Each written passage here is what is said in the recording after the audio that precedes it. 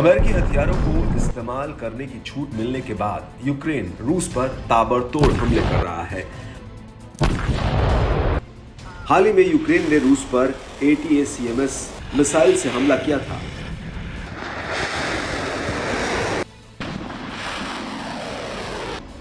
रूस ने इस यूक्रेनी हमले के लिए अमेरिका को जिम्मेदार ठहराया था। इस हमले में कई नागरिक मारे गए और लगभग 150 लोग घायल हुए। अब रूस ने इस हमले का बदला लिया है और काला सागर के ऊपर एक अमेरिकी RQ-4B ग्लोबल हॉक मानव रहित हवाई वाहन यानी UAV को मार गिराया है। कुछ रिपोर्ट्स और सोशल मीडिया के हवाले से कहा जा रहा है कि इस हमले को अंजाम देने वाले पायलट की रूसी राष्ट्रपति व्लादिमीर पुतिन ने सराहना की थी। यह भी कहा जा रहा है कि अगर ग्लोबल हॉक फिर से उड़ान भरते हैं तो रूस उन्हें फिर से मार गिराएगा। हालांकि इन दावों का कोई ठोस सबूत नहीं है, क्योंकि सोशल मीडिया पर फैल रही इन बातों को क्रेमलिन ने स्वीकार नहीं किया है। यूक्रेनी और अमेरिकी सेनाओं ने भी इन दावों पर कुछ नहीं कहा है। कुछ लोग ये भी कह रहे हैं कि अगर ग्लोबल हॉक पर कोई हमला हुआ है तो रूसी रक्षा मंत्रालय किसी भी समय इससे जुड़ा वीडियो जारी कर सकता है। हालांकि फिलहाल यही माना जा रहा है कि काला सागर पर ऐसा कोई हमला नहीं हुआ। फिलहाल आपको RQ-4B ग्लोबल हॉक की खासियत बताते हैं, जिसको मार गिराने को लेकर रूस के लिए एक बड़ी उपलब्धि मानी जा रही है। RQ-4B ग्लोबल हॉक आधुनिक अमेरिकी टोही ड्रोन है।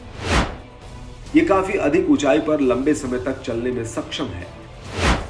ग्लोबल हॉक बिना क्रू और हथियारों के रिमोट से कंट्रोल होता है। इसमें दिए गए सेंसर और कैमरों से ये किसी भी मौसम में दिन रात हाई क्वालिटी तस्वीर लेने में सक्षम है। इसे बनाने वाली कंपनी नॉर्थरॉप ग्रुमन का दावा है कि ग्लोबल हॉक 60,000 फुट की ऊंचाई से 340 मील से अधिक दूर के लक्ष्यों को देख सकता है।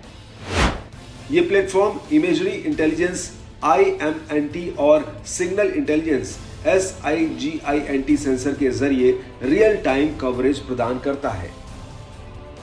ग्लोबल हॉक ड्रोन का MQ-4A वेरिएंट जून 2023 में चर्चा में आया था। उस समय इसे होर्मुज जलन मरुमध्य के ऊपर उड़ान भरते समय ईरानी सेना ने मार गिराया था। ईरान के Islamic revolution guard corps IRGC ने कहा था कि UAV ने ईरानी हवाई क्षेत्र का उल्लंघन किया था। उन्होंने कहा कि इस घटना ने अमेरिका को एक साफ संदेश भेजा है। ग्लोबल हॉक ड्रोन अमेरिकी सेना सटीक सैन्य अभियानों को अंजाम देने के लिए बड़े पैमाने पर इस्तेमाल करती है। इसे दक्षिण कोरिया और जापान जैसे ग्राहकों को बेहतर निगरानी और टोही के लिए बेचा गया। अमेरिका ने इस ड्रोन का इस्तेमाल Islamic state of Iraq and the Levant ISIL के खिलाफ ऑपरेशन में किया था। अमेरिका ने हाल ही में जापान में एक एयरबेस पर ग्लोबल हॉक के तैनाती की घोषणा की है।